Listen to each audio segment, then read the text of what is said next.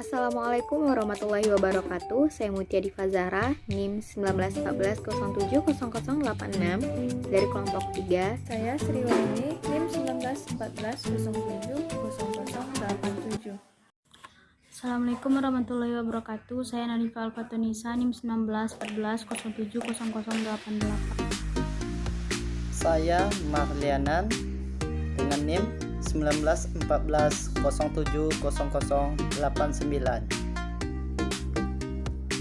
Yang pertama yaitu pengertian dan pentingnya kajian pustaka. Kajian pustaka adalah salah satu poin penting dalam penelitian yang akan dilakukan.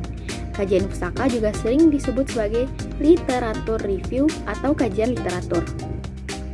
Menurut Randolph, kajian pustaka adalah gabungan antara hasil analisa dan sintesa informasi yang berpusat pada temuan, kemudian diringkas dan ditarik kesimpulannya. Jadi, secara umum kajian pustaka berarti suatu bahasan atau bahan bacaan yang terkait dengan suatu topik atau temuan dalam penelitian. Pentingnya kajian pustaka yang pertama yaitu sebagai perkiraan akan keberhasilan. Misalnya, seorang peneliti ingin melihat keefektifan program konseling untuk bisa meningkatkan harga diri. Dengan membaca penelitian terdahulu, mereka akan mengira atau dapat menilai apakah penelitian mereka akan berjalan secara efektif. Jika pada penelitian terdahulu tidak terdapat korelasi antara dua hal tersebut, maka penelitian yang akan mereka lakukan pun seperti penelitian terdahulu. Alhasil atau artinya, mereka harus cermat dalam mengganti topik. Jadi peneliti ini harus cermat dan mengganti topik mereka. Yang kedua yaitu hubungan antara peneliti dan database ilmu pengetahuan, khususnya topik yang akan dikaji. Yang ketiga yaitu penelitian akan berguna lebih ketika penelitian itu relevan dengan penelitian terdahulu. Contoh, pada peneliti pertama mendefinisikan kata prestasi akademik sebagai representasi jumlah murid yang menguasai ilmu di sekolah. Sedangkan penelitian kedua mendefinisikan sebagai tingkat kepintaran seorang murid. Hal ini membawa pengaruh buruk kepada kajian psikologi pendidikan. Penelitian yang didasarkan pada definisi kedua menganggap bahwa prestasi di bidang akademik akan bertambah naik atau bergerak naik seiring dengan bertambahnya umur. Yang keempat yaitu untuk memperkokoh alasan mengenai pentingnya penelitian tersebut. Yang kelima yaitu peneliti akan dapat mengembangkan pemahaman terhadap setiap variabel. Kualitas suatu penelitian dapat ditingkatkan dengan mengembangkan pemahaman peneliti terhadap variabel utama.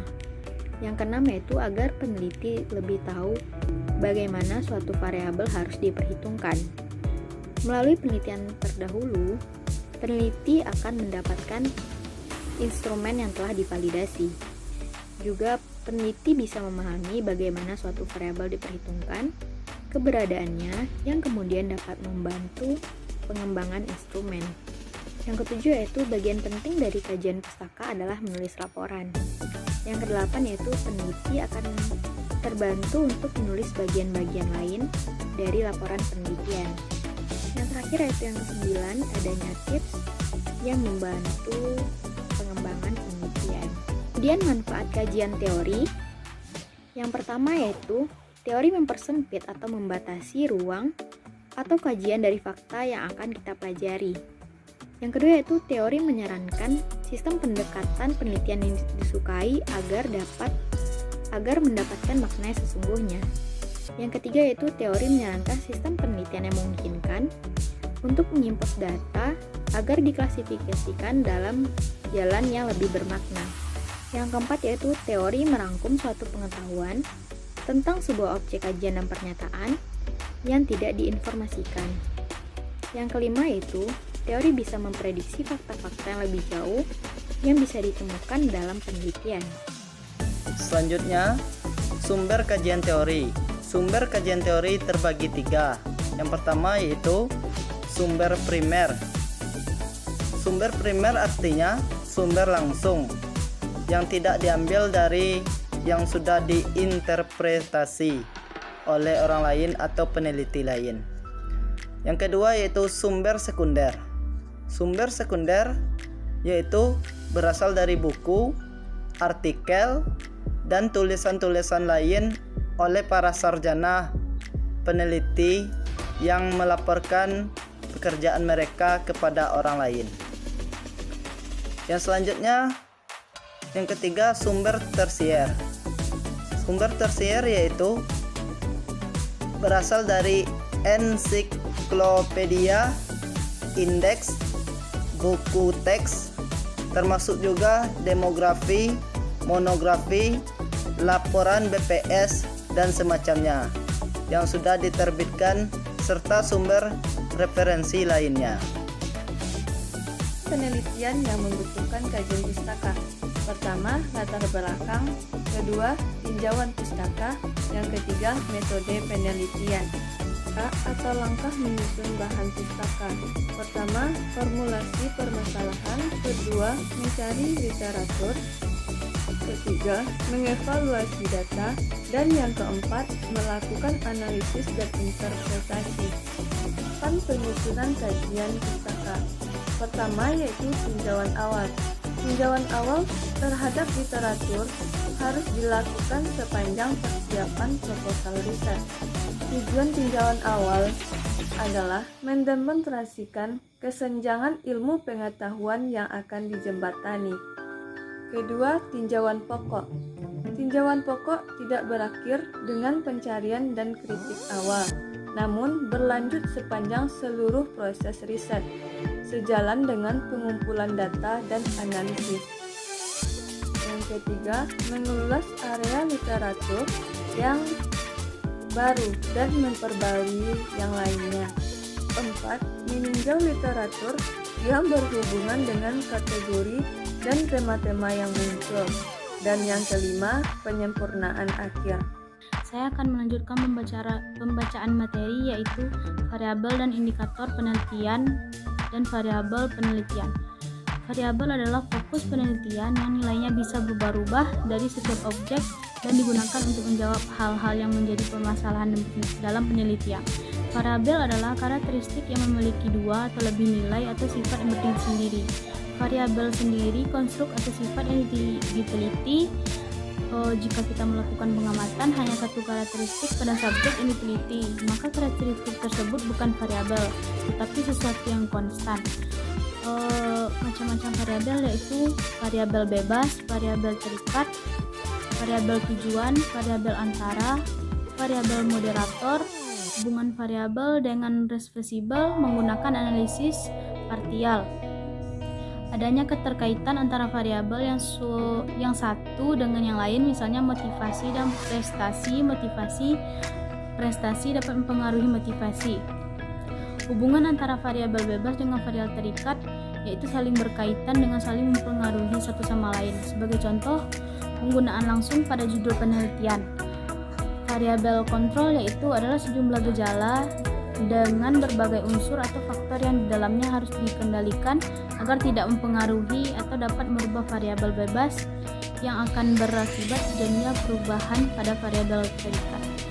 Fungsi variabel penelitian yaitu variabel penelitian penting karena dapat mempengaruhi analisis penting karena dapat mempengaruhi kesimpulan penting karena dapat mempengaruhi jawaban terhadap permasalahan variabel. Materi selanjutnya yaitu cara menyusun kerangka berpikir. Cara menyusun kerangka berpikir yaitu model adalah konstruksi struktur pemikiran atau konstruksi struktur teoritis yang divisualisasikan dalam bentuk diagram dan beberapa persamaan matematika. Esensinya menegaskan hipotesis penelitian sebagai konstruksi kerangka pemikiran. Model akan menunjukkan yang pertama jumlah variabel yang diteliti, prediksi pada model hubungan antara variabel, dekomposisi hubungan antara variabel, dan perkiraan jumlah parameter. Dan selanjutnya memberikan argumen teoritis tentang hubungan antara variabel yang diteliti. Argumen teoritis dalam kerangka pemikiran adalah upaya untuk mendapatkan jawaban atas rumusan masalah. Dalam praktiknya, membuat diskusi teoritis membutuhkan studi teoritis atau hasil penelitian yang relevan. Dan ini dilakukan sebagai panduan atau arahan untuk melakukan penelitian. Hal ini yang perlu diperhatikan adalah bahwa karena argumen teoritis adalah upaya untuk mendapatkan jawaban atas rumusan masalah. Selanjutnya yaitu menentukan variabel detail. Langkah-langkah pertama yang perlu peneliti ambil untuk membuat struktur pemikiran adalah menentukan variabel secara terperinci. Maka untuk mendapatkan teori apa saja yang akan dicari mendukung pembentukan suasana hati yang jelas, peneliti harus terlebih dahulu menentukan variabel. Caranya adalah dengan memperhatikan judul yang Anda buat. Di judul ditentukan variabel yang dikandungannya hanya ada satu variabel atau lebih dari satu variabel. Dituliskan semua variabel yang Anda ditemukan. Dari sana peneliti akan menemukan jumlah variabel dan nama variabel. Dari variabel-variabel ini mereka menjadi titik awal dalam teori pembangunan. Yang selanjutnya yaitu bagian penelitian yang digunakan sebagai penunjang ialah terletak pada bab 5 penelitian, yaitu pada bagian kesimpulan.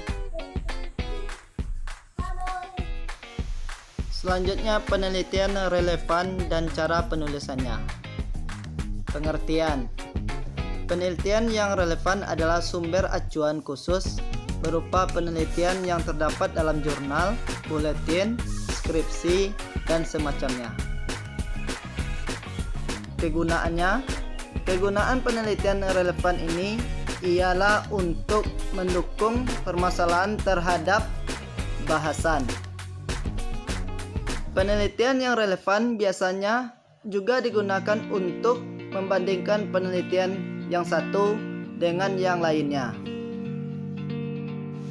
Cara penulisan penelitian relevan. Toto Shahtori Nasihuddin mengemukakan ada 5 aspek dalam cara penulisan penelitian relevan. Yang pertama yaitu nama peneliti, yang kedua judul penelitian, yang ketiga waktu melakukan penelitian, yang keempat hasil penelitian, dan yang kelima untuk apa penelitian ini dilakukan. Baiklah, materi selanjutnya yaitu hipotesis dan contohnya pada berbagai jenis penelitian. Pengertian hipotesis dalam penelitian yaitu secara singkat dan sederhana, hipotesis penelitian adalah dugaan sementara. Dugaan tersebut dibuat oleh penulis atau peneliti dengan mengacu pada data awal yang diperoleh. Kemudian dugaan yang benar atau salah ditentukan berdasarkan hasil penelitian.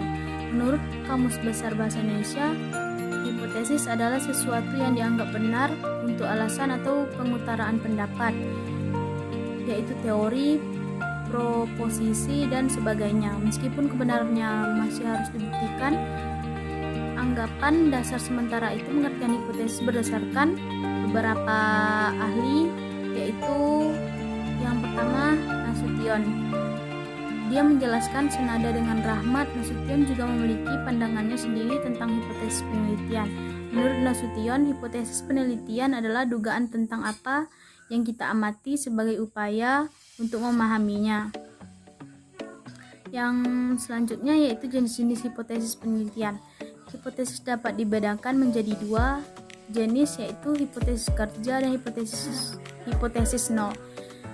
Yang pertama yaitu ada hipotesis alternatif.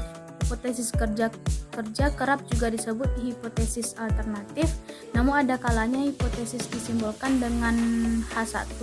Jadi hipotesis kerja ini berfungsi untuk menyatakan hubungan antara variabel X dan Y. Yang kedua yaitu ada hipotesis nol. Sedangkan hipotesis nol biasanya disimbolkan dengan HO. Nama lain hipotesis ini adalah hipotesis statistik. Dinamai demikian karena sering dipakai dalam penelitian kuantitatif yang membutuhkannya perhitungan statistik. Kebalikannya dengan hipotesis HO menerangkan tidak ada hubungannya atau pengaruhnya antara variabel dengan variabel yang lain. Selanjutnya yaitu macam-macam hipotesis menurut bentuknya.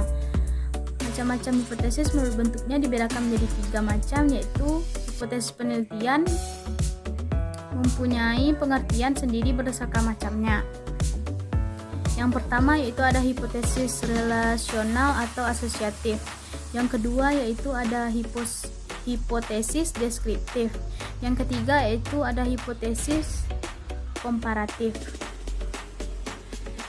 Selanjutnya yaitu adapun contoh hipotesis berdasarkan bentuknya menurut Sugiono antara lain hipotesis asosiatif, hipotesis komparatif, hipotesis alternatif, hipotesis statistik, dan hipotesis deskriptif.